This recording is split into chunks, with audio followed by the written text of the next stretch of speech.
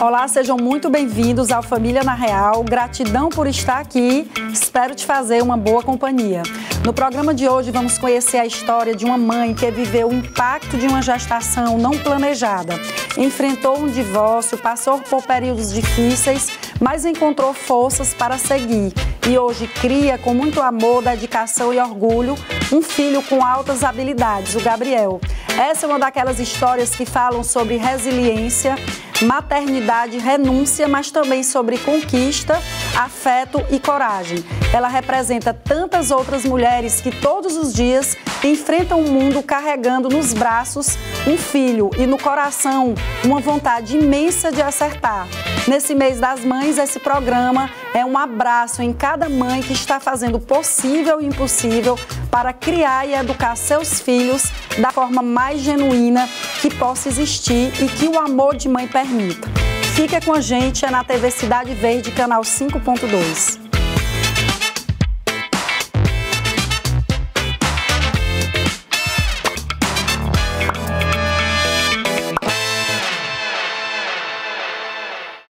A convidada de hoje, Jaqueline de Araújo Nunes Soares, servidora pública, vai abrir o coração e compartilhar com a gente como transformou o caos em cuidado e como, mesmo nas dificuldades, encontrou apoio, recomeços e sentido no amor materno.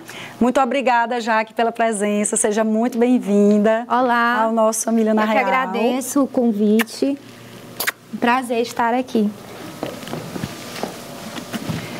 Jaque, a gente hoje tem um programa muito especial. Quero te agradecer do fundo do coração por você ter aceito esse convite, vir aqui compartilhar a sua história, inspirar tantas mães nesse mês das mães e contar um pouco da sua rotina com o Gabriel.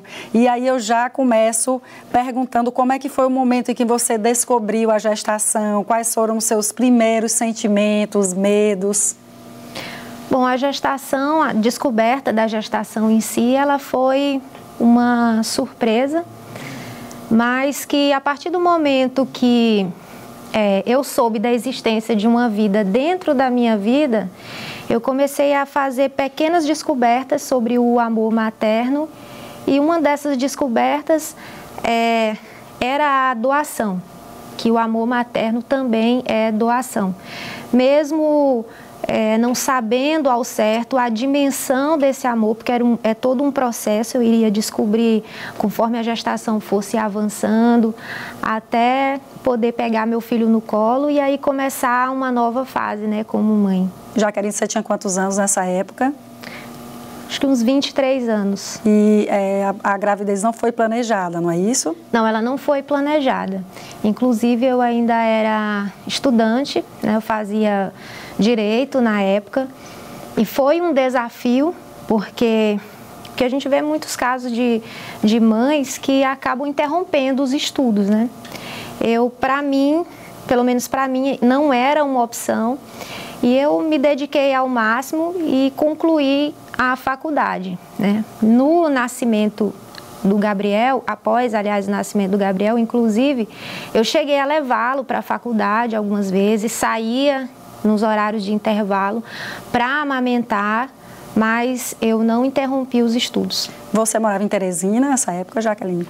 Eu morava em Teresina, mas eu fazia faculdade no Maranhão. Olha só. Aí eu fazia sempre, a minha vida era essa dinâmica de viagens. Eu pegava a van e viajava, né, para fazer faculdade, depois eu voltava. Mas conforme a gestação foi avançando, foram diminuindo as viagens de van. A minha família era toda do Maranhão, aqui em Teresina não tinha absolutamente ninguém. Então eu acabava passando alguns dias na casa da minha mãe, que morava lá na cidade de Caxias. E aí nos finais de semana eu voltava para Teresina, sempre fazendo assim essa dinâmica. Jaqueline, aqui no programa, no Família na Real, geralmente a gente traz convidados da área jurídica, da área da psicologia, e esse mês das mães eu conheci a história da Jaqueline na Defensoria Pública, que é assessora da Defensoria, e eu quis muito trazer aqui para o programa, que é uma história real, né? Daí o nosso Família na Real, porque eu tenho certeza que a história da Jaqueline vai inspirar e vai motivar muitas mulheres que também enfrentam esse desafio de muitas vezes passar ali pela maternidade sem planejamento. Jaqueline vai contar toda a história dela aqui pra gente. Então a ideia no nosso programa hoje é essa, Jaqueline.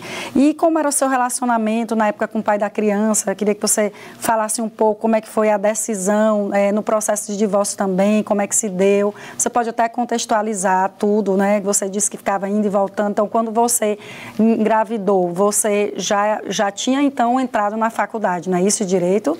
Eu estava no 7º período, já caminhando para colação de grau.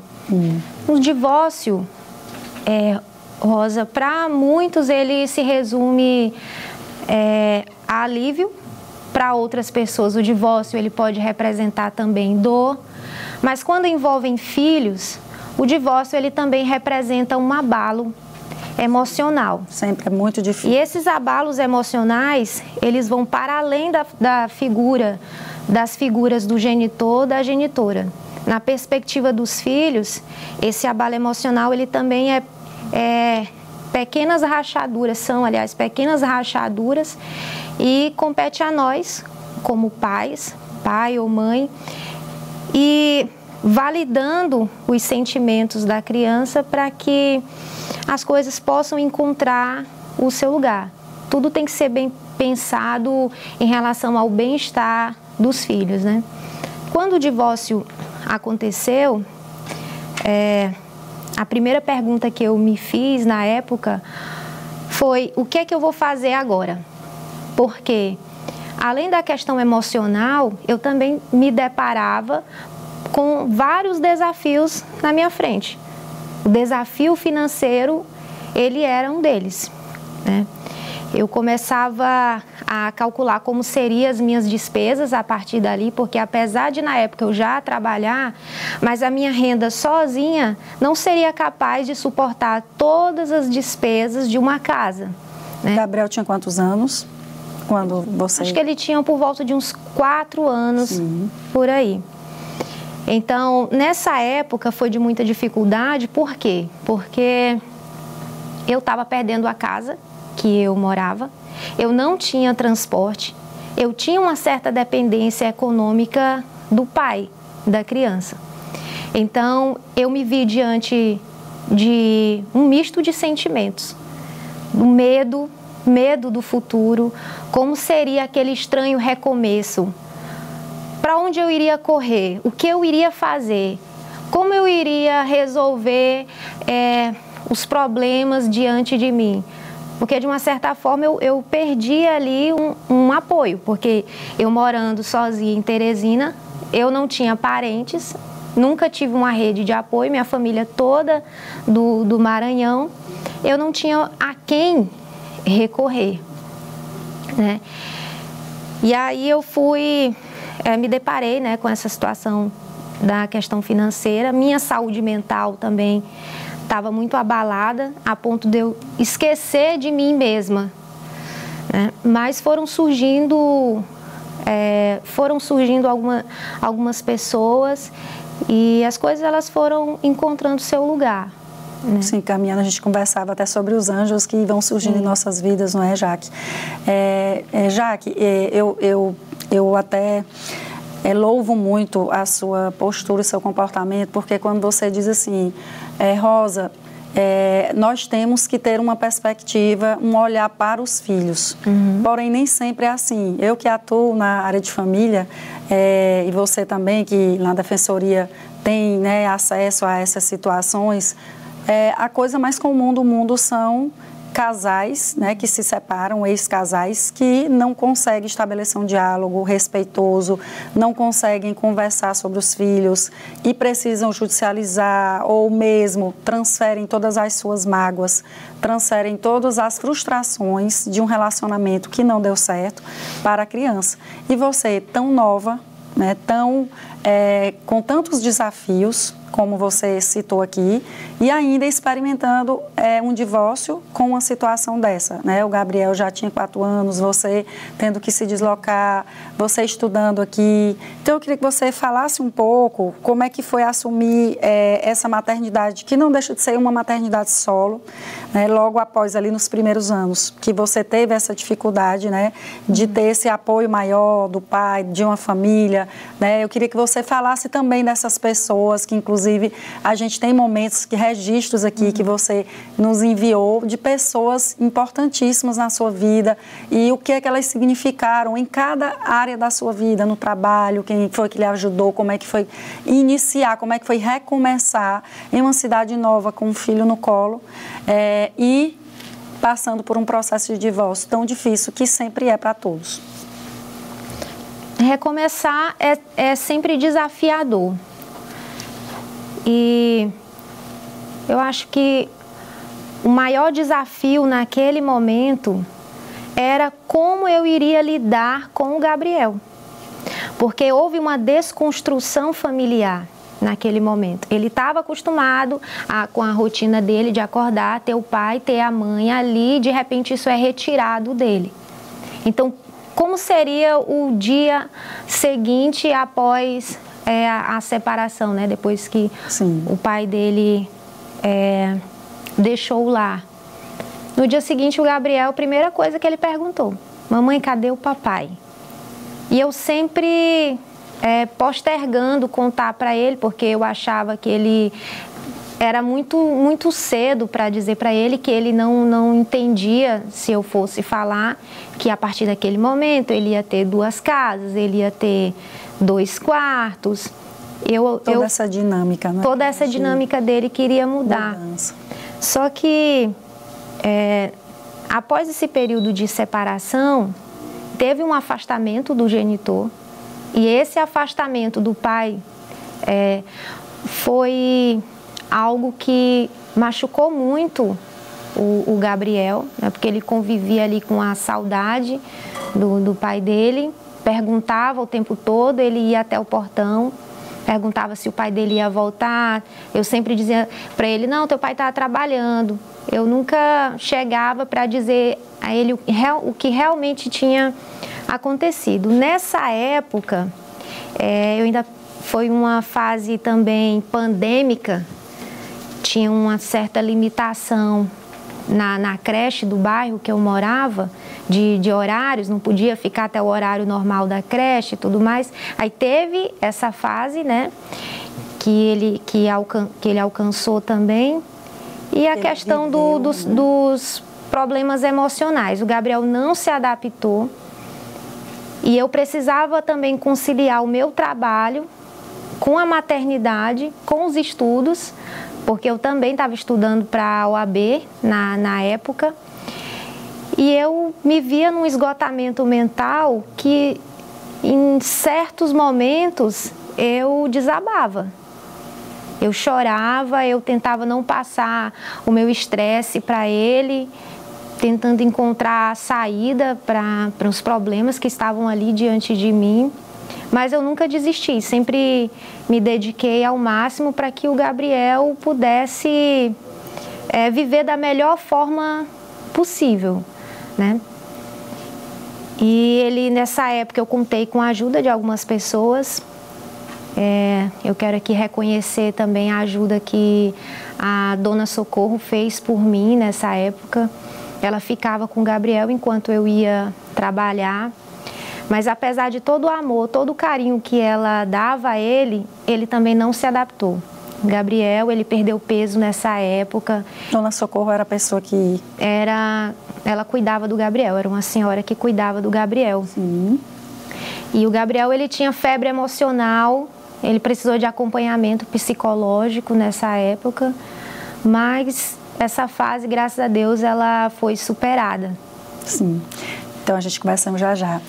Nós vamos agora para um rápido intervalo, mas antes eu quero pedir sua participação. Se tem alguma sugestão de tema, alguma dúvida, manda para a gente. Nosso contato é o 988660001 ou você pode só apontar a câmera para o celular e o QR Code aparece aqui no vídeo e vai direto para o nosso WhatsApp.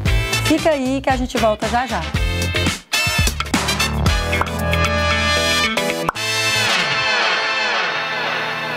Estamos de volta com Família na Real pela TV Cidade Verde, canal 5.2. Hoje eu recebo a servidora pública Jaqueline de Araújo, mãe do Gabriel, um garoto com altas habilidades, e ela está aqui dividindo com a gente os desafios e conquistas que envolvem esse amor materno. E Jaque, mais uma vez eu queria te agradecer por estar aqui conosco. E a gente falava de todos os desafios que você encontrou, a OAB, a questão do deslocamento, a questão de se ver aqui sozinha, sem uma rede de apoio. Então, eu queria que você falasse um pouco sobre o seu trabalho, como é que você administrava toda essa situação e ainda compatibilizava com o seu trabalho. Bem, eu acho que um dos principais desafios também de uma mãe solo está nessa questão de flexibilizar o trabalho com a maternidade e com a questão dos cuidados do lar ou outra atividade que ela faz, né? No meu caso, eu estudo para concurso, apesar de já ter passado na OAB, mas também estou tentando angariar outros sonhos, sim, mesmo com a maternidade sendo um desafio diário para mim. E eu encontrei no meu ambiente de trabalho empatia, encontrei acolhimento, e isso foi fundamental assim, na minha trajetória como mãe solo com o Gabriel. E é meio que impossível eu desvencilhar a minha vida pessoal do minha vida profissional, porque lá que eu tive esse apoio, o que me impulsionou para frente, né, para continuar mantendo as despesas de casa, porque eu assumi ali a questão de prover o meu lar, né, e eu encontrei esse acolhimento e sensibilidade, principalmente de mulheres. E eu queria aqui também falar, né, da minha chefe, que até hoje é a minha chefe, doutora Carla Iasca. Doutora Carla Iasca, ela me deu muito apoio desde o início. A gente teve uma conversa no gabinete dela de mãe para mãe. Deixar claro aqui para os nossos telespectadores que a doutora Carla é a nossa defensora geral e a Jaqueline trabalha com ela e teve esse apoio e ela quer estar contando essa história para a gente. A doutora Carla Iasca, ela é uma pessoa muito humana, sim, né? E olhar para ela, ver ela ocupando espaço de poder, não deixa de ser uma inspiração, mas para além dessa questão profissional, ela é um exemplo de mãe, né, de força feminina e sempre ajudando outras mulheres. Eu fui uma dessas mulheres ajudadas por elas naquele momento que eu tanto precisei. Como eu havia dito, eu não tinha apoio familiar. E eu fui encontrar esse apoio também no ambiente de trabalho. Então, conversei com a doutora Carla, contei para ela o que estava acontecendo comigo. No princípio, eu tive aquela vergonha de chegar e dizer tudo o que estava acontecendo. Eu tinha vergonha de pedir ajuda, mas é necessário a gente reconhecer que precisa de ajuda, sim, porque ninguém consegue caminhar sozinho. Todos nós precisamos, além do combustível maior que é a fé, nós precisamos uns dos outros. E ela foi super sensível comigo, falou que eu poderia levar o Gabriel, apesar de ele estar ali no horário de trabalho, e que eu teria que dar atenção a ele, dar atenção ao trabalho, e era toda uma dinâmica diária. Eu fazia o almoço em casa, levava para a defensoria, descia na cozinha, esquentava essa comida, dava para o Gabriel, subia lá para o gabinete, até o final do expediente, era assim. E foi uma época que ainda não tinha brinquedoteca. Sim. Hoje a defensoria ela tem brinquedoteca e o que ajuda facilita muito a vida das mães, não somente das assistidas, que vão lá em busca de assistência jurídica, mas também das próprias servidoras que, assim como eu, na época, precisava de um lugar para deixar suas crianças. Mas nessa época não tinha brinquedoteca, então o Gabriel ele acabava ficando sentado assim ao meu lado e ele mexendo no computador. Às vezes ele ia na outra mesa do nosso chefe, colocava os carrinhos dele lá. Mas as coisas elas foram acontecendo, foi dando certo. Mas por que eu levava o Gabriel para o meu ambiente de trabalho?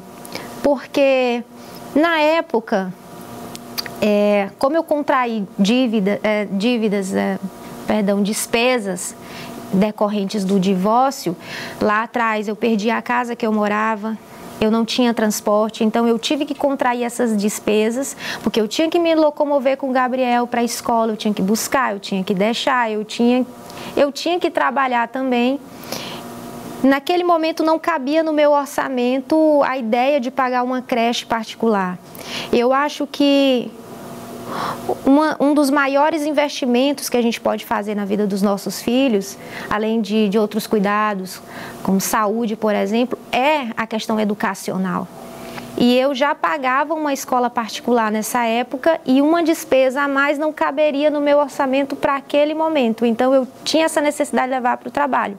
Mas no ambiente de trabalho eu contei com a empatia dela e de alguns outros colegas também. Sim. Foi o que me ajudou a continuar seguindo e levantar a cada queda, sempre de cabeça erguida, na certeza de que as coisas elas iriam sim melhorar, como ela dizia para mim que era só uma fase, né? E que tudo se ajeita e tem se ajeitado até hoje. Que bom, Jaqueline, por isso que nós estamos aqui trazendo sua história inspiradora, de superação, e eu queria agora que você falasse um pouco sobre o Gabriel. Quando é que você percebeu que o Gabriel ele era uma criança com altas habilidades? Queria que você explicasse melhor para o nosso telespectador o que significa altas habilidades. Pode parecer lógico, mas é bom que fique claro. E como foi receber essa notícia, como isso mudou a sua rotina? Na verdade, Rosa, as pessoas elas imaginam que diferente de outras situações neurodivergentes, que as altas habilidades, né, superdotação, é mais fácil de lidar do que, por exemplo, um autismo, um TDAH, mas só que ser mãe atípica de uma criança que tem superdotação, ela também não é algo assim tão fácil, porque todos os dias é um aprendizado. Além disso, tem que ter toda uma prática da escuta. Eu acho que eu nunca desenvolvi tanto a escuta ativa como eu tenho desenvolvido ao longo da existência, né, do Gabriel. É muito diálogo. Comportamentos diferentes. Os comportamentos são diferentes, né? Você precisou conhecer, de fato. Precisava, porque assim, na verdade... Para entender e saber lidar com ele, ainda mais, né, com essa rede de apoio que você precisava, não é isso? No início, eu não sabia ao certo dar nome àqueles comportamentos que o Gabriel apresentava. Eu não tinha uma orientação adequada do que poderia ser. Como você iniciou, começou ali a notar? Eu comecei a notar quando eu percebi que ele iniciou hiperfocos em algumas áreas de conhecimentos específicas.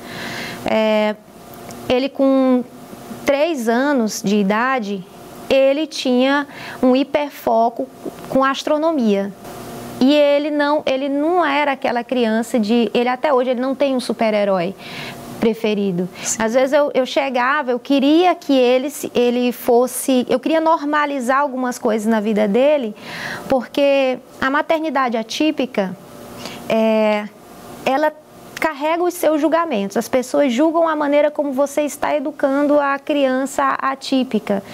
Por exemplo, achava que pelo fato de eu deixar ele ficar estudando demais, eu estava sobrecarregando a mente dele, quando na verdade eu não poderia tolir aquela vontade dele de pesquisar, de conhecer, a curiosidade dele. Sim. Por exemplo. Mas quando ele tinha 3 anos, Eu percebi que ele tinha hiperfoco em astronomia, ele gostava do sistema solar. Também percebi que ele tinha uma tendência a aprender novas línguas, como ele domina o inglês bem. E aí eu comecei a investigar o que poderia ser. Num primeiro momento eu pensei, será que o Gabriel tem autismo? Porque eu confundi, eu não tinha orientação, não tinha informações corretas. E antes ainda era pior do que hoje. Hoje nós temos esse acesso muito maior. Sim, eu não tinha acesso à informação. Eu não tinha acesso, por exemplo, à informação de que existia uma instituição pública que atenderia às necessidades dele, que desenvolveria ainda melhor as capacidades dele, as habilidades dele, as capacidades cognitivas, sensoriais, enfim. Eu não sabia onde procurar, como procurar, quando procurar. Será que esse é o momento? Eu deixo mais para frente ou isso é normal? Talvez ele só está um pouco à frente das outras crianças da idade dele. Eu estava cheia de dúvidas ainda quanto a isso. Mas quando eu percebi que ele preferia documentários de ciências naturais, até geopolítica, que os três hiperfocos dele hoje é a astronomia, que vai mudando também, vai mudando no sentido de novas descobertas, né? Astronomia, geopolítica e ciências naturais. Plutão é o segundo planeta anão do Sol, porque existem apenas 5 planetas anões. E Plutão foi descoberto em 1930. E gente, uma coisa impressionante sobre Plutão é que ele foi um planeta por simplesmente 76 anos. Então fui percebendo que ele tinha um potencial e eu queria que ele desenvolvesse aquele potencial, mas eu também tinha a questão econômica. Limitações. Porque eu falava assim, mas como é que eu vou investir se eu não tenho condições financeiras para isso? E aí foi quando eu, falando novamente aqui dos anjos que vão aparecendo, parafraseando o meu amigo Dejan Moreira, da Defensoria, ex-ouvidor da Defensoria, as mãos generosas que vão aparecendo na nossa caminhada, ele foi o responsável pela descoberta do núcleo de altas habilidades na minha vida.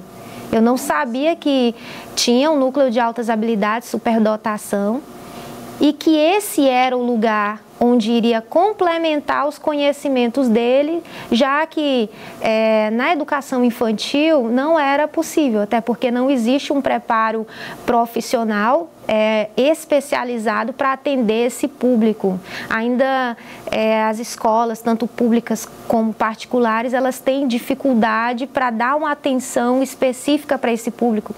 Tanto é que na creche, que eu falo na época lá da pandemia, o Gabriel não se adaptou porque para ele era redundante estar ali na creche. O Gabriel tinha 4 anos, ele estava alfabetizado, eu alfabetizei ele bem cedo, ele sabia ler e escrever. Quando ele chegava lá não era nada de novo. Ele já sabia, ele queria mais, ele queria outras coisas e parecia não ser suficiente para ele apenas brincar. E de fato não era. E não era, porque enquanto as outras crianças queriam brincar, descer no escorrega, ele queria pegar um livro, ele queria estudar sobre o cosmos, ele queria estudar sobre buracos negros e não era oferecido aquilo para ele justamente pela falta de preparo, né? Eu cheguei a conversar com uma professora, ela disse, mãe, nós não temos professoras auxiliares para isso e nem preparo para atender o Gabriel como ele merecia ser atendido, né? Então o Dejan, eu mostrei para o Dejan alguns vídeos do Gabriel, ele disse, Jaqueline, eu tenho um lugar ideal para ele. Então eu cheguei até o núcleo de altas habilidades com ele, tinha um número limitado de crianças na época, expliquei toda a situação, mostrei os vídeos, foi detectado que ele realmente tinha altas habilidades e ele está lá até hoje, evoluindo, não somente na área de conhecimento, mas na questão pessoal dele mesmo. Lá no núcleo de altas habilidades, a gente aprende que já que a gente vai já falar sobre esse núcleo. Tá bom. E a gente vai, inclusive, mostrar imagens sobre a rotina, a sua rotina com o Gabriel no núcleo, que foi onde ele recebeu o diagnóstico, não é isso? Sim. Então, o Família na Real vai agora para mais um intervalo e na volta a gente vai conhecer um pouco mais sobre a rotina da Jaqueline e do Gabriel. Nós voltamos já já.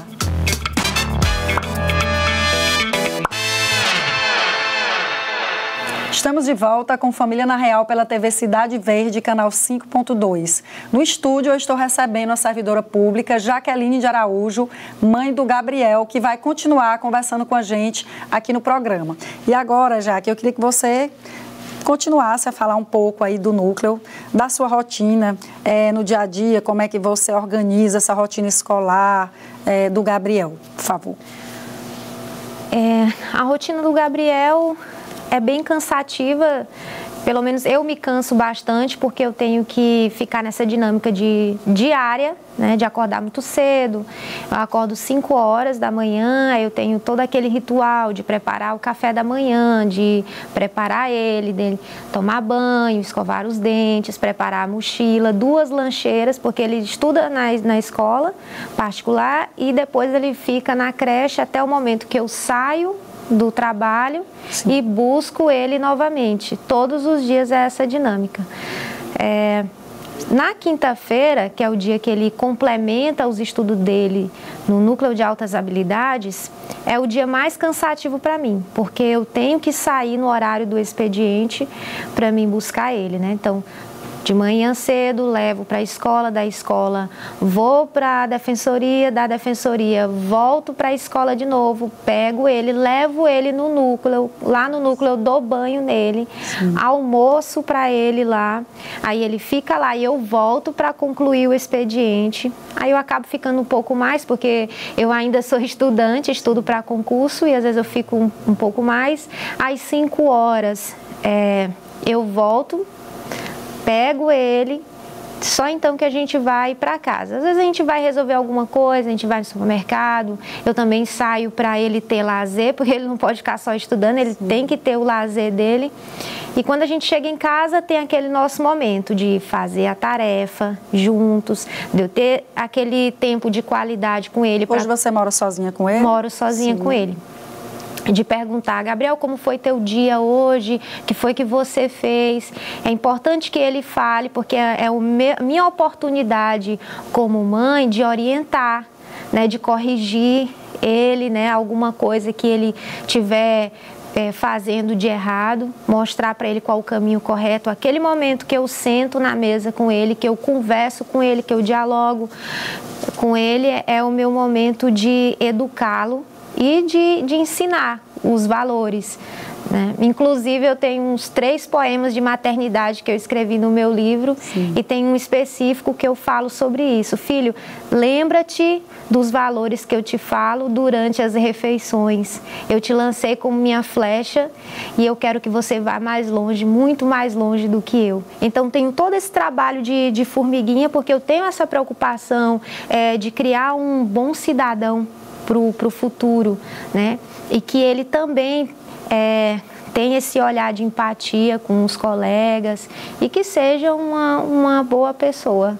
E hoje ele se sente bem no núcleo, Jaqueline, eu digo no que se refere à questão das atividades, porque sim, você disse, né, no início que sentia que ele precisava de mais. Então lá, fale um pouco da rotina dele no núcleo em relação às atividades que ele exerce lá. O núcleo, ele tem uma equipe multidisciplinar. Sim. Vai além dos professores e hoje está ampliado, né? Teve um prédio novo, tem mais disciplinas, tem mais professores, mais profissionais trabalhando, mais vagas também. O Gabriel, quando ele chega lá, hoje ele está estudando robótica e ele fica lá com a professora de robótica, mas ele também tem outro momento com o professor de inglês, onde ele aprimora também o inglês lá. E ele tem um momento também com um psicólogo, inclusive eu fui orientada sobre o que era, sempre tem encontro de pais. E eu estou sempre evoluindo nesse sentido como mãe atípica, crescendo junto com o Gabriel, né? Ele tem um bom acompanhamento, tem um relatório que eles fazem acho que 2 vezes no ano, sobre a evolução do aluno. E o Gabriel, ele lidou melhor com a questão emocional lá.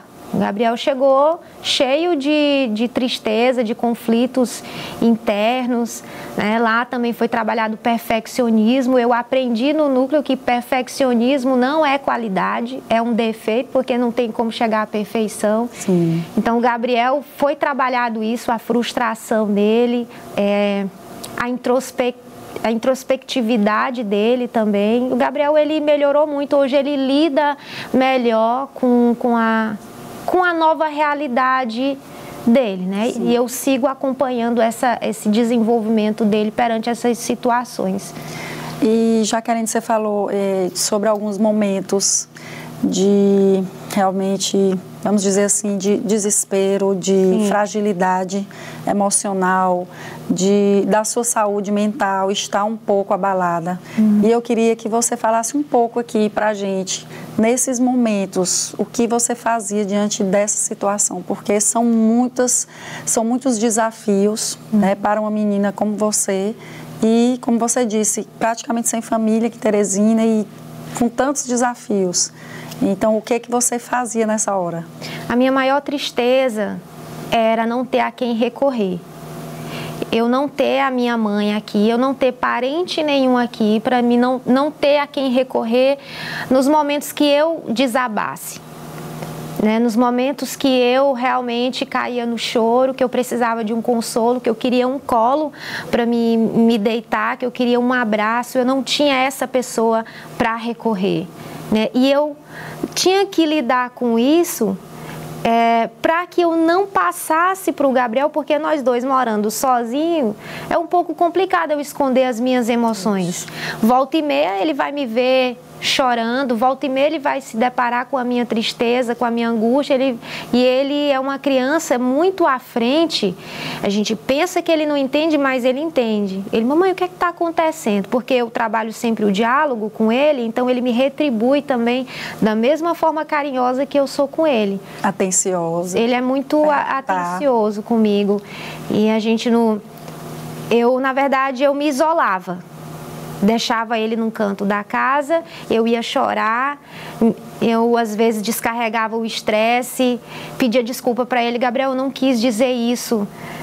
Chegou um momento que eu falei, Gabriel, me deixa em paz. Aí ele, mamãe, a senhora disse para mim lhe deixar em paz. Não, Gabriel, eu não quis dizer isso. Eu tentava não passar para ele. Sim. Teve um episódio muito marcante com o Gabriel, que eu cheguei muito esgotada, inclusive eu faço terapia. Até hoje, toda terça-feira. Tem que fazer, imagina. Faço terapia até hoje, e aí teve um dia específico que eu cheguei do trabalho muito sobrecarregada, muito estressada, tomando remédios, inclusive. Sim. Cheguei a ser hospitalizada e com muita ansiedade, eu tenho ansiedade. Sim. E eu entrei no banheiro, liguei o chuveiro, com roupa assim, do trabalho, e fiquei lá, chorando, gritei. Aí ele bateu na porta e ele disse assim, mamãe, por que a senhora está chorando? Aí eu falei, porque eu estou chorando, Gabriel, porque a minha família não está aqui. Aí ele disse, mamãe, a senhora está se sentindo sozinha? Pois vamos se sentir sozinhos juntos. Olha só. Aí ele entrou no banheiro, sentou ali no chão do banheiro, ele também estava com a roupinha de farda dele. Sim. E ele me abraçou. Aquilo foi como um bálsamo assim para mim, porque imediatamente eu esqueci das minhas dores naquele momento e vi assim, poxa, aqui eu tenho tudo o que eu preciso. É nesse amor materno que eu realmente me encontro, me reencontro, me reinvento todos os dias. Então, foi muito marcante. Eu vi que parece que eu estou sozinha, mas a presença do Gabriel ali me faz não me sentir sozinha, né?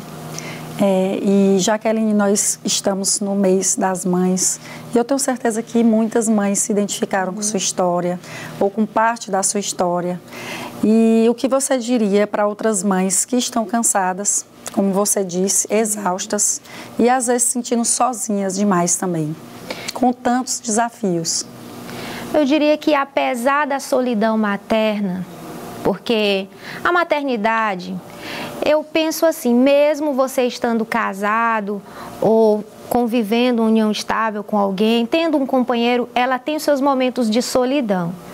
A mãe, desde o primeiro dia de vida, ela amamenta só, ela tem os seus momentos sozinho com os filhos. Ainda tem aquelas mães que se consideram solo mesmo casadas, sim, porque elas não têm a atenção do marido como deveria, né? Mas eu diria que apesar dos nossos momentos de solidão e que a maternidade, que ser mãe é um amor que vai além da vida, é uma jornada apesar de ser uma jornada de carinho, de dedicação, ela é uma jornada que tem os seus desafios, ela é uma jornada de renúncias, de sacrifícios, mas que nós somos fortes o suficiente para levantar a nossa cabeça e superar todos os obstáculos que porventura surgirem nas nossas vidas,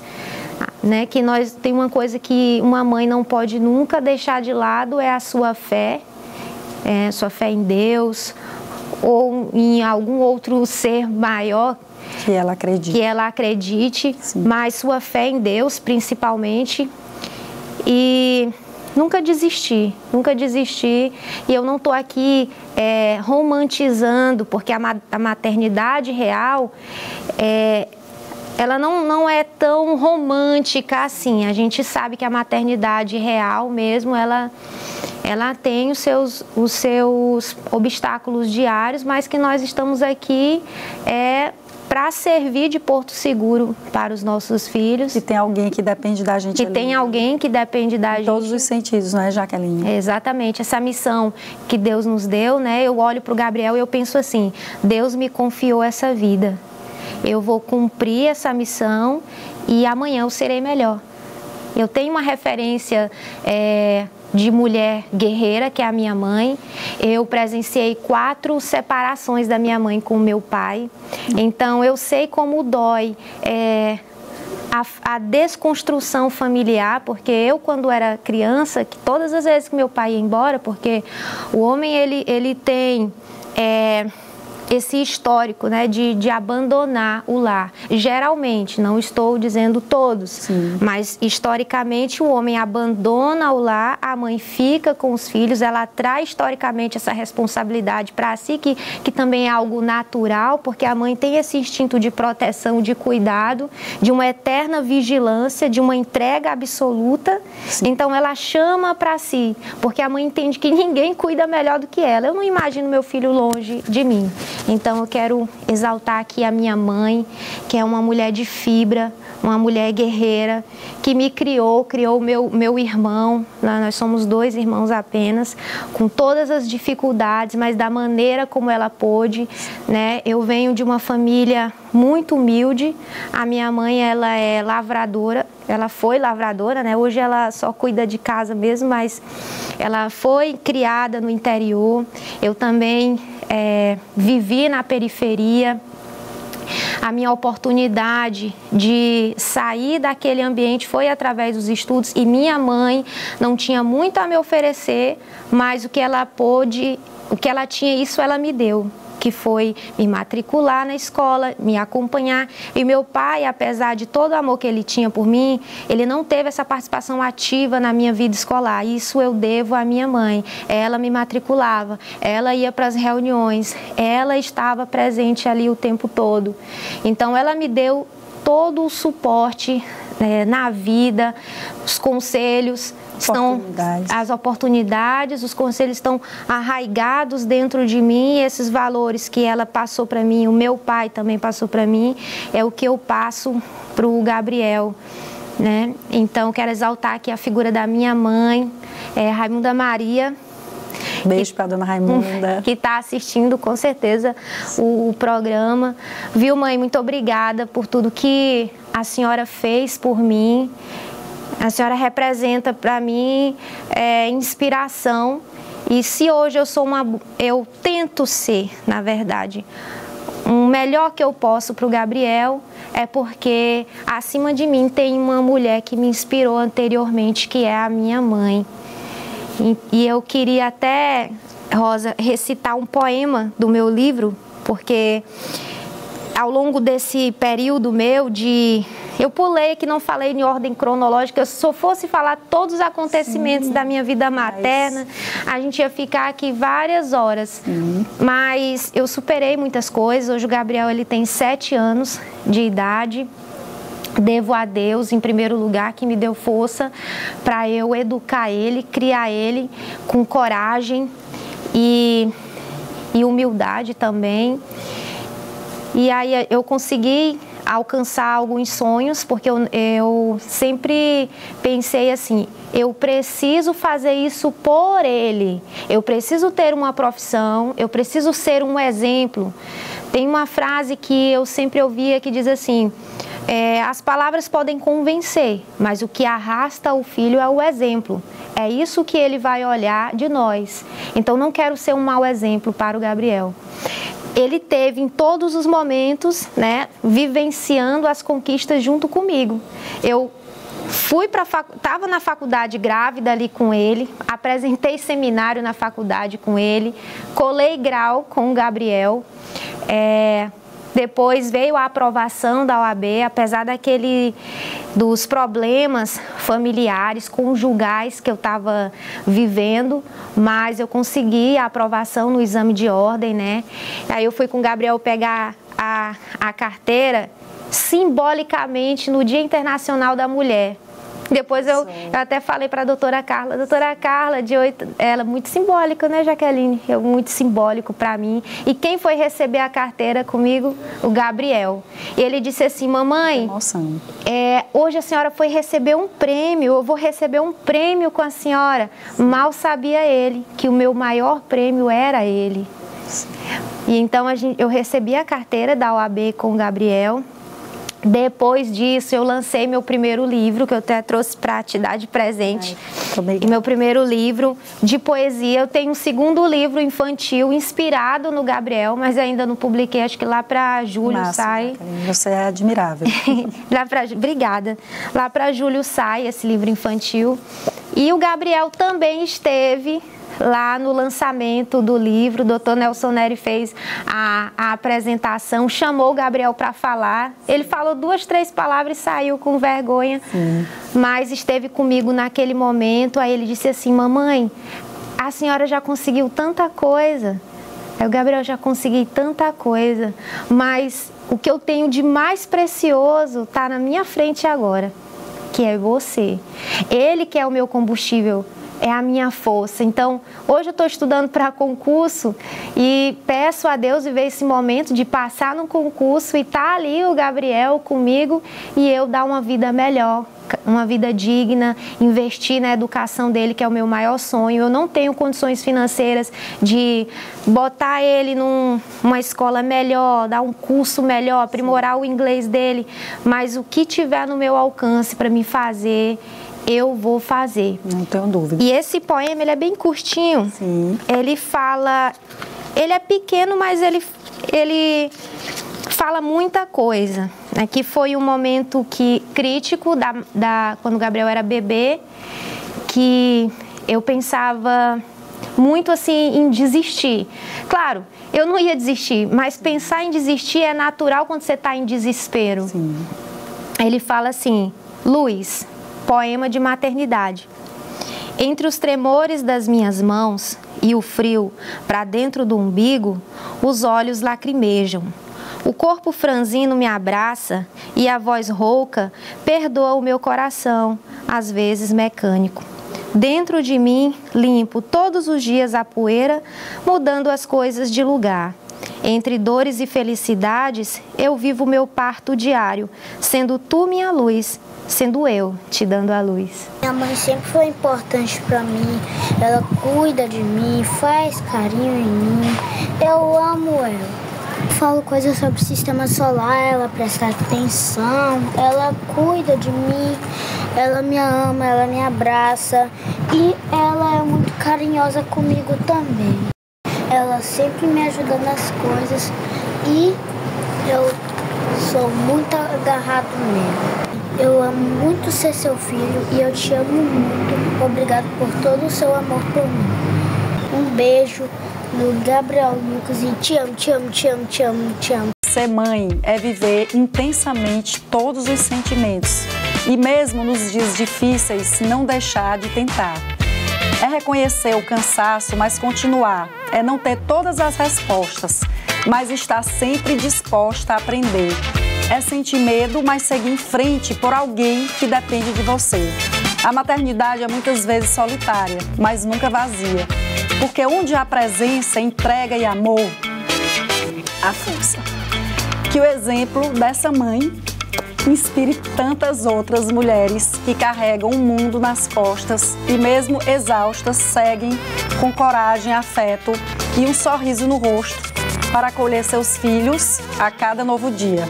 Essa é nossa homenagem do Família na Real a todas as mães. Obrigada. Obrigada, viu?